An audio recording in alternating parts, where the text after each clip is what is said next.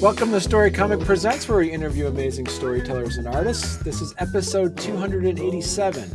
I'm your host, Barney Smith of Storycomic.com, and we're excited to have with us the acclaimed and celebrated creators of 3B Honey, Desi and Jon St. Amant. Thank you. Barney. Thanks for having us. It's great to be here. Yeah. I was very excited to get that email saying that you were doing a crowdfunding campaign. And I said, wait a minute, that name looks really familiar. Then I had to go back on KC. I'm like, oh, that's Jon St. Amant from Chebacorn. Yes, this is awesome. We also get the ability to, talk to you, Desi, who is also one of the folks of 3B Honey. You also co-created this with Jon as well, huh? Basically, the characters started off as there were characters that were kind of side characters in an original story I had all about a high school of insects, and they were the celebrities in that comic story. Mm-hmm. And the high school of insects story kind of floundered, didn't work too well, and so we were talking, and I thought, these celebrity bees, these like pop star bees, would be a pretty fun story on their own. And so I basically just Desi just took the reins on the storytelling for that.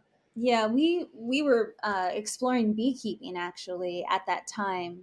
And so when we started to develop our beehive in the backyard, and then we were learning more about them and how fascinating they were, I remembered Jon's characters of the three bees, the sisters that were like into performing. And I thought, oh man, I think there's something there. And especially because we knew that there was this undertone of,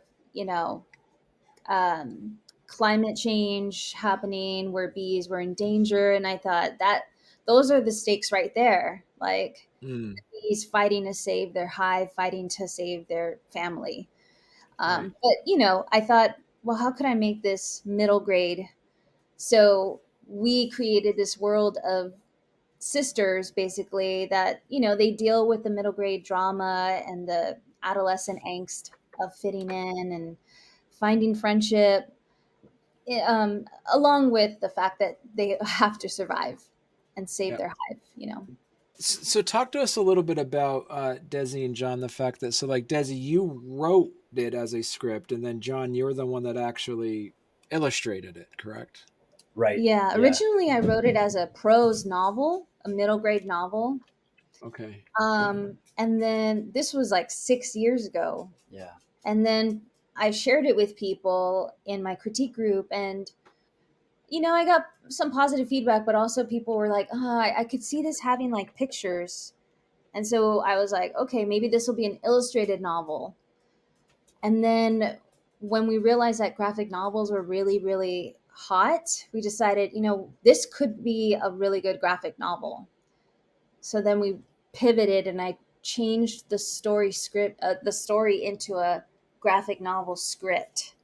So I basically rewrote the whole thing to be like a screenplay instead of prose. As the project evolved and you started to feel out how the story was going to go, how much ownership did you both share on that? Was there any like territorialness of characters or plot line or any of that stuff? Good question. That's a good question. Actually, I remember just establishing with her, saying that they're pop stars, they're performers, and then I just said, go with it. And so from there, she created their personalities, and then just the entire, tying in the environmentalism. Also, our beekeeping experience plays a role as far as, you can see the hive there, the apiary. That's actually our backyard. So a lot of the images are our backyard. So I'll take photos of the plants or the trees or things, and I'll incorporate them into the design. There's a page where the main character flies over what they call Box Mountain, which they call houses mountains. And so there's a scene where she's flying over our house. It's actually like our roof line and our front porch and everything. That's cool. But as far as like ownership, I just let her go with it as far as the writing and the plot. And we would kind of bounce ideas back and forth. She'd run things by me. But Jon would read the script as I wrote it. He read I feel like every iteration of it. And so he would tell me, no, this is good. This is working. So another thing we had to kind of agree on was a few things. Like this story was going to be in their perspective, in their world, from Right. their little bee eyes, right? So it's not, we were not going to involve any humans. Hmm. So it's not going to have us beekeeping around them or anything. Like it is their world, and we're just kind of seeing how it works. Although the elements you can clearly see, there is a human civilization. So they're in a backyard. They're in a human run apiary, a bee box, Hmm. beehive. So I was Right. even thinking. I mean, I don't know. We haven't talked about this, but there maybe in a future episode or future story, there could be a scene with a giant, right, where Hmm. it's a benevolent giant because clearly they're being managed by a beekeeper. But they're still scared. They would still probably sting and flee this giant. So I think that's a Yeah. possibility down the road, but I think right now we just wanted to keep the focus on their story, yeah, their hardships, their dramas, but also like Hmm. I just felt like as a middle grade perspective, like an adolescent, around 12 years old, you think you're the center of the world. Everything revolves around yeah. you. Like Right. you're not thinking about the larger world. So I felt like that was fitting for these characters, that their world was their world.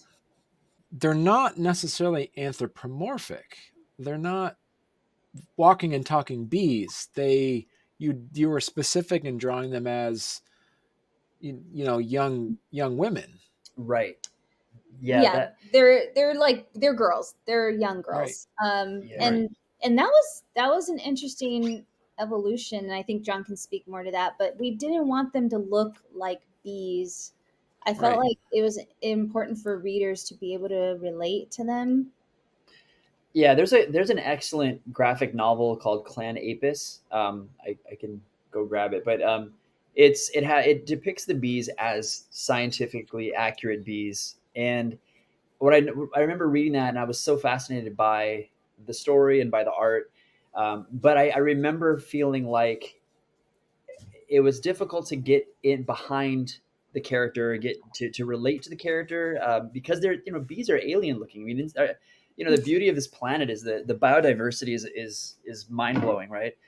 Right. So we wanted to make a point to kids reading this that this is really about them on through the lens of bees. So it's this kind of hybrid. I know they pretty much are like girls wearing bee outfits. They actually are they're more simplified now than they used to be. They used to be even more human looking. I tried to Hmm. kind of be involved, like inspired by kind of Powerpuff Girl design, where it's a little more simplified, like just like cylindrical, torsos and little chubby feet. Um, but yeah, we wanted to really drive home the point. So we're both teachers, and one of the things that stands out to us, especially like with my students, are when kids will come to me, and I'm an art teacher, and I say, so what do you want to do? Where do you want to go for college, or what do you want to do when you grow up? And their answer very often is, well, I'd love to do art, but my parents want me to do this, want me to be a lawyer, a doctor, or so there's so much of this preconceived plan by parents, and the kids have their own passion. So, Desi can speak to this I, too about. yeah, that was another Hmm. layer of conflict that our main character dealt with, of like fulfilling the family obligation, which in this case is like helping save the hive from complete collapse.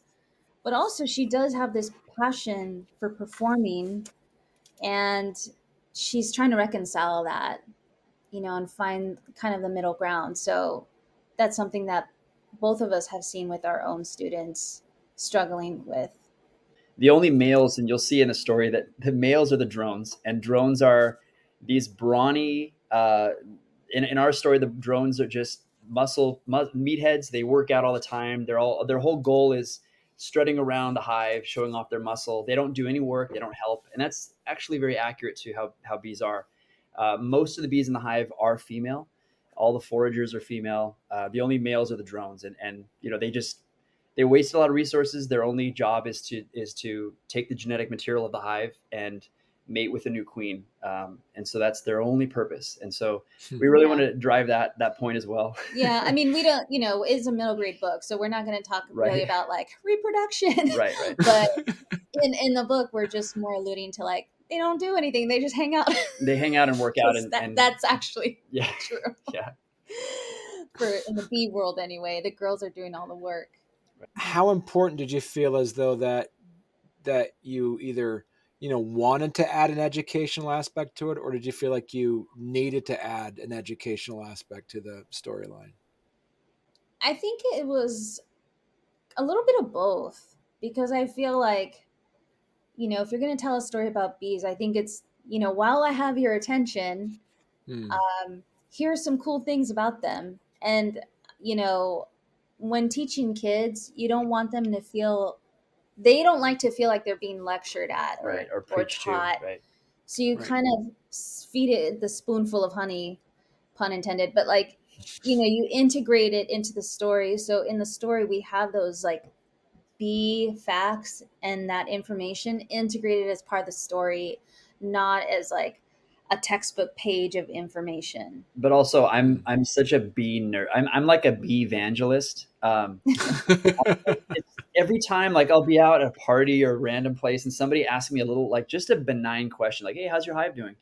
And like 30 minutes later, I'm still going on about the science behind them and fascinating bee facts. And Desi has to kind of like give me like the sign, like, "Hey, like, okay, stop, like, let's, we're running late. Stop talking about bees, So I think that comes through too, is like I try to get some accuracy there and try to show how interesting they are. They're such fascinating creatures.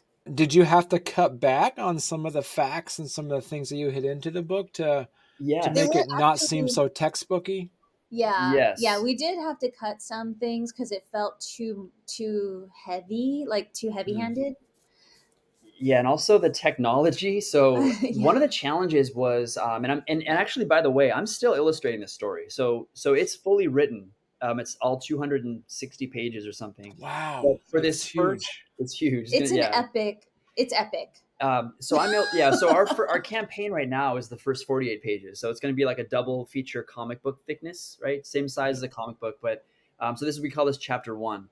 And one of the challenges we ran into was how, like, for example, when bees forage, here I go. Okay, stop me if I go too far. But when bees forage, they will vomit their foraged honey or nectar into another bee's mouth, which that bee will then go and deposit it into the cell, right, into the little. And so obviously we can't have girls vomiting into each other's mouth. So there are, like, we had this system. There's a system that's, I think it's in the sample pages, but where it's a conveyor belt where it checks the purity and the weight of their forage. And so Claire is always struggling to make enough of the meet the quota of the day. Yeah. So we had to find a way to, like, not be gross because they're so anthropomorphized. Like, right. And so we came up with just a real simple, almost like a shopping center conveyor belt with a little scanner and weight, and but there still is like this. Another part was gravity. Like, so bees can climb up walls just as easily as we walk on a sidewalk. So in the story, there's scenes where the girl will step up, a bee will step up 90 degrees and then just start walking up the wall like it's nothing. And so to change that, to conceptualize that, there's a scene where you can see Claire climbing up and completely changing direction like it's nothing, and trying to show, kind of as an artist, I'm always like thinking like a director, like where's the camera angle? How do we show this is actually vertical and not horizontal anymore? So that was a challenge to to get that right. Oh, and so this book went through the Kids Comic Unite group. And so how did that process work going through there, and what kind of editing and feedback did you get for the book? We've had I have so many versions it's gone through. When I first wrote it, I had an editor I do edits on it, like give me like big picture edits, and she didn't like the main character at first. I remember she was kind of harsh, and she gave me really good feedback, but she gave me some feedback I needed to hear. But like Claire was kind of whiny and complaining at first, and I had to kind of rethink her angle a little bit. And so I actually rewrote it, changed like kind of changed how she presented herself. And again, like I said, this has been like 6 years in the making. So I just kept redoing it. And then I joined the critique group, got more feedback, and I would just revise constantly. And then, I would send it out to, I don't know if you're familiar with Pit Mad. It's like a Twitter, like pitch Okay. contest. This was a while ago, Okay. but it used to be a big thing. I don't know if it is anymore, but you basically submit your manuscript, and it's in like a whole organization, and they pick a really small amount, and you're paired up with a mentor, and they together you revise your script to send it out to agents. But it's Oh, like cool. it's kind of a big deal if you get chosen. So I was like, basically I had a full request in that process. Like the mentor liked my stuff, wanted to read it, and by that point she got back to me. She said, look, i I think this is great. I feel like you honestly probably don't need it. I want to do something that needs a little more work on my part. So she's like, I'm gonna just kind of let this go. And but she was kind enough to give she did a whole read on the whole manuscript and gave me notes. So then I went back and kind of, looked at it again, went through it. So it was like a lot of that. And then Pitch Fest with Kids Comics Unite a few years later, we got some feedback on that. And a lot of the feedback was really on the visuals that time. So Yeah. I feel like at that point the story was strong and it was tight, and then the visuals we needed to kind of rethink, because one of the comments we got was like the bees look too grown up for a middle grade Yeah, story. they were very human, like it was just, like even more like not cartoony. It was just like humans wearing bee suits, and it's so um, that needed to change to make them younger, to make it more cartoony, just to make it more zany. Maybe even actually we even pitched it as an animated series, didn't we? Mm-hmm. We tried just Yeah. one or two studios, and yeah, so that we did want to make it more cartoony, more simplified, also to draw, like drawing people hundreds and hundreds of times is, I can do it, but it's a lot of work. So drawing Right. these big round heads, little rectangle torsos is a lot easier, and the story comes across, I think, better with their younger, more zany, cartoony, characters. Yeah, especially with the audience we're trying to reach. But back to the question about the KCU process. We actually, so Jana actually, we attracted her attention. She offered Mhm. representation, I think, based on Yeah, we the didn't we didn't actually submit to her right. explicitly or anything. I think John posted the graphic novel is like, hey, I need some critiques on this. What do We you did guys like a little think? video. Um, Right. yeah, just to get some critiques from the community. And It's called the hot seat. the hot seat, that's what it was. Yeah. And at that point, Jana reached out and said, hey, I think this is really cool. You want to talk?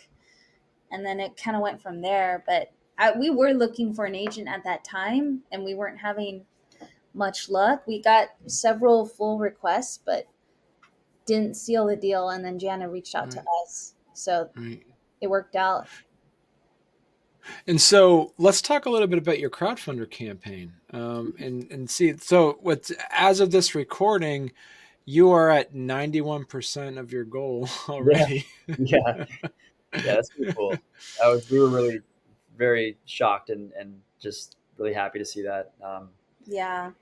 It's been a lot of work and, pretty nerve wracking putting yourself out there. But the Right. support and encouragement we've received has been awesome. Yeah. And, I mean, it's been really encouraging to see that. And, you know, um, I mean, this was our first one, so we didn't really know what to expect. So that created a little bit of anxiety. Like the morning of, I kid you not, we were Yeah. like, All so hands on like, deck. I mean, we were just like, like, just like nervous energy, like that day. But Right. now, we're seeing how it's landing, and we're like, okay, this Right. is we're gonna be okay. We're gonna be okay. And yeah, I'm super excited, and we definitely are planning on putting more work out there. Once we get through this one, I think honestly, we did go through the submission process with Jana, submitting it to editors, and we didn't get any offers. And we still really believed in the story, and Jana did too. And Jana, we yeah, she thought was really a big cheerleader for the story. she was, this was actually her idea. She's like, you guys should do this because you got to find your audience. It was time. It was time to Right. do this and take the leap. And we're exploring the same thing with Chubbicorn too, because Chubbicorn was also put on submission. We're kind of figuring out how to get things like this ready, and trying to be efficient. I mean, we're both parents, and so it's a lot to juggle, as you know. Yeah. So trying to find that time is tough. So talk to us a little bit about these tiers for those that might be listening or watching this later. Talk to us a little bit about what levels that they could be looking at. Sure. So they start off with what we call the drone, which is the digital copy. So they get a PDF, first 48 pages. Plus, we have recruited 8 artists, artist friends of ours that are going to be doing like fan art, alternate covers and different scenes in their style. So that's kind of like a little bonus gallery. And then the cool. second, yeah, so Yeah. that comes with all the both physical and digital copy. And then the worker bee is the physical copy. It's $15, and that comes with that it's actually 60 pages. I say 48, but that's the 48 of the story plus the extra matter that we have for the. And so then we go up from there to the nurse bee. That's right, and that's the sticker pack. So we just got the stickers in actually a couple days ago. They look awesome. They're like Awesome. 4 inches. They're vinyl stickers, and so they're the three main characters, and plus an extra version of Claire. We love that expression she's making, so we have that, and then Marco, who's a likable drone. The next one was the Hive Deputy, and that comes with the PDF, the physical copy, the sticker pack, plus a signed print, which is like a selfie of the 3 sisters. Oh, nice. So it throws in that little extra. And then the last tier is the MVB, and that includes it's all the previous steps, plus I do a custom, we haven't figured out the logistics, but we're going to maybe reach out to those people and ask what character they like in the story. And I'll do a little custom sketch, like an ink drawing on a 5x7 paper. And so that they'll get a little unique signed art piece as well. Going from the 35 where you get the book, the sticker set, and a signed print, for an extra $15, you get original artwork. Yeah, I know. I looked. Desi, you let him do that? You didn't. It's really bad business. I'm awful at math. I'm bad at marketing. But yeah, I know. Let's just say we're gonna have to do. He's gonna. When I say we, I mean he. He's gonna have to do a lot of original art because everyone's like, "Ooh, I want the MVB package." I know. And I'm still right. So I have all the pages to keep drawing and coloring, and then I'll have all the little custom doodles. But yeah, it's a lot, and I don't know. I think looking back on it though, like it's kind of like a thank you for. We're relatively unknown definitely unknown by the world, but like the way I see it is getting work out there is the most important thing. I'm not like making money off that is not even like on the radar. It's just getting people to be excited about it, and just giving back to them for helping us out, helping bring this thing to life, I guess. Right. Yeah, I mean, our goal was not to make a profit. It was just to cover costs as much as possible. Yeah. Well, the benefit that both of you have is that you're the writers and the artists for it, so you don't have to pay artists for this. So a bulk of the cost is printing more than anything else, correct? Right. Yeah, the printing and the stickers, shipping could add up as well. Yeah. But for almost 60 pages, that's essentially you're getting it for $10 because you also are throwing in the digital copy, which was worth $5. So that's another really good deal for those. So anybody's looking at something for, as you say, a great educational piece that's good for middle grade that has some really good, amazing story and amazing artwork with some level of educational aspects to it, that is a That's a really good deal to get that. Yeah. Yeah. yeah. We're not math teachers, Barney. Yeah. I know. Yeah. We're English and art, so we are Yeah. I really. don't think we even factored in shipping like to this whole like Oh, we did. our We for our did. goal. Okay. Yeah, Oh, we okay. did. Okay. That's good. Yeah, we Okay. did that, Yeah. but Yeah. don't sell us too short. Sorry, but like we do plan on doing every chapter. I like the goal that I see with this story is so every maybe year or two, however fast I can make 48 new pages. We want Right. to keep rolling this, like kind of snowballing every campaign. So the next campaign you'll include book one by itself, or book two, or the two book deal, like kind of building on that. And so hopefully by Mhm. the end we have maybe 5 or 6 books and that many Mm. campaigns to where people can buy in at, like I've seen campaigns where it's like book 5 available. Yeah, but I Right. I want to start with book one. I just Right. discovered this this book. Mhm. So we'll always have maybe that book one as a maybe a package to inspire Mm. people to get Mhm. the other sequels maybe. So we haven't thought that out, but Yeah. Right. And that the smart thing that you've done also, you're putting things in your tier levels that are specifically flat, so it makes it a lot easier to ship as well. That yeah, was and important. also the print size I think will also be close to the comic size, which is like 6.5 by 10.25 or something. So we'll also have that able that the ability to ship the same Mhm. dimensions. That should help out as well. Yeah. Mm. Yeah. So, Yeah. but yeah, I so would love to get like, especially with Chubacorn, I would love to get action figures or plushes of down the road. My students and my boys are always asking like, just I can't wait to get a Chubacorn, little squishy thing or whatever, and that would be Right. great, or these characters as little Mhm. plastic, I don't know, little posable toys or something would be really cool. Well, that's why Right. we Yeah. we decided to create the campaign under the term Saint Amant stories, because we knew that there would be other stories, and Chubacorn would be another one, um, Hmm. in addition to 3B Honey. So we wanted to kind of roll that under the umbrella, and Right. just have different stories out there, and probably more, that Yeah, we're still developing. for But sure. yeah, As you said, this is called 3B Honey. That's the name of it. So when you roll out chapter two, as you're saying, it's going to be a 260-page graphic novel eventually. How would you do the second chapter? it would just continue where this story left off. So we Right. stopped it at like a cliffhanger, like Yeah, where Mm. something it's a exciting it's a brutal happens. cliffhanger. It's gonna anger people.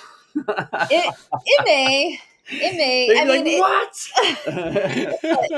you know, yeah. So we're just gonna continue the story, Right. and then pause it at that natural stopping point. But if you're, yeah, but Midpoint of the story, basically. we may do I don't know. I don't think we'll do like a previously on, because it'll be every story will be the previous story will be available in the next Yeah, campaign. we'll just continue where it Um, left off. but as far as maybe are you asking about like the title, like maybe the ideas of Yeah, because if you're calling it 3B Honey for the first book, right? then what would, yeah. Well, the first one is gonna be 3B Honey Foraging for Friends. Yeah. So it says there's a Okay. subtitle, chapter one, Yeah. There's a foraging for friendship. subtitle. Okay, Yeah, gotcha. yeah. Okay. So that way we'll just have a little Um, summary. and then the second one, I had it written somewhere. Don't No, spoil I it. don't want to say it yet because I'm not 100% sure, but we're still like figuring out those titles. Yeah. And It's so, gonna how be to talk to? I'm really curious about the world building aspect of this as well. Did you actually have like other insects represented as well in human form? Yeah. Yes. Yeah. So in the original iteration of it, I came up with fans. So I have like a little fan group of the characters. There's I don't know, should I say like club promoter? Well, not a club because that's It's a adult. music. It's a music It's like like a a music venue, like a cafe that has live music. mhm. But that Uh-huh. owner, the one who advertises the shows and gets people signed up, the talent Yeah, talent producer. scout. But yeah, so we Yeah. designed we pre-designed a lot of these anthropomorphic insects, like upright. Some of them are a little bit more, you like with a caterpillar, for example. And this all comes from the ideas of my previous insect high school. So a lot of them were, you know, kind of carryovers, like salvaged from that previous story. And put into this world. It kind of has, I don't know, like James and the Giant Peach, Yeah, a Feel little to bit it. of that vibe, you know, where Yeah. they look, you can tell that they're that insect, but they have clothes on yeah. and they Because talk. another thing is to think about, and this crossed our mind, was, you know, potential of like live action. Maybe this gets picked up and we can have people dress up as a costume, and it's a lot easier to get into like a spider suit that is bipedal with extra, you know, limbs that are kind of. So it's just thinking about how, like, you know, one of my things that I think would be so cool is to be at a comic convention and have like people cosplaying as like A Chubblecorn or character. the characters or whatever. So that potential of both TV show or costume potential, I think is something that as a creator, it's something that you may want to consider. Like, you could have these far out, amazingly elaborate characters. That's great.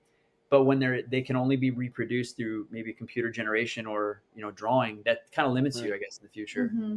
Right. So Yeah. So Desi and John, if people want to learn more about 3B Honey, where is the best place they could go to? At this moment, the crowdfunder campaign, but they could go to 3bhoneyrocks.com. That's the Mm-hmm. website for the story. Or they could visit our websites where we post updates and, you know, other information. My website is desywrites.com. And And then mine is johnsaintamont.com. So it's just saint spelled out. But yeah, that's usually where we post a lot of our work or writing samples. And then we have our newsletters as well. And those are connected to both of our websites. So you can scroll down and you know, sign on to those as well. Has an Instagram account too where he posts art. Yeah. Under Okay. the same name, John Saint Amont, under Mhm. Instagram. But All that's, right. yeah, a lot of my Chubblecorn and other stories are there. Yeah. Well, listen. So the two of you are going to have to come back on when you're doing when chapter 2 comes out. Sure. That'd be Yeah. great. Yeah, we'd love to. All right. Well, thank you very much. Thank you, Yeah, thanks for Barney. having It was us. great chatting with you. It was. You're welcome.